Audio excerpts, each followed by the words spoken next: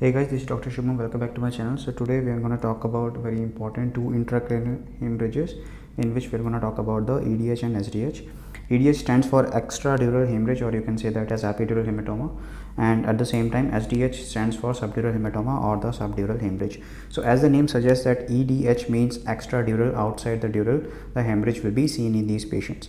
So basically epidural hematoma will be seen in those patients who will be having trauma, or due to some kind of road traffic accidents you might see these kind of patients in your emergency. So basically what happens in this one, that due to some trauma, head injury will be occurring over there, and due to that there could be fracture in the skull. Due to this fracture in the skull, as you can see in this particular picture, due to that fracture in the skull, there is the underlying vessel going over there, which you can see in this particular diagram as well. This can be torn due to that particular fracture, right? As this vessel will be torn, it will be bleeding actually, and due to that the blood will be accumulating over there between the skull and the dura mater, as you can see in this particular diagram, right?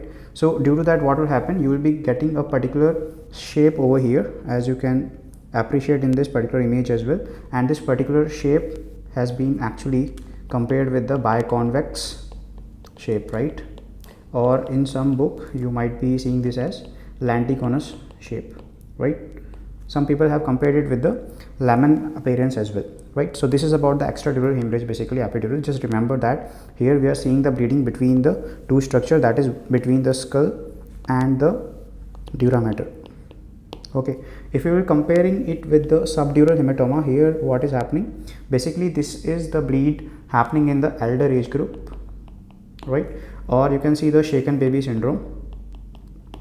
Okay, and basically what you are seeing, as the name suggests, subdural means you will be seeing this bleed under the dura mater. So this bleed is between the dura mater and the arachnoid mater. Okay, please do not confuse it with the subarachnoid hemorrhage that we will discuss later on, but this is the subdural hematoma which we are discussing, that the blood will be accumulating between the two structures over here. One is dura mater and another one is the arachnoid mater. Here the bleeding is happening due to the torn in the bridging veins, right? So I hope I am clear between these two. So here you can see that accumulation of the blood is happening between the two layers, between the dura mater and the arachnoid mater. So this one over here, which you can see, this is the dura mater.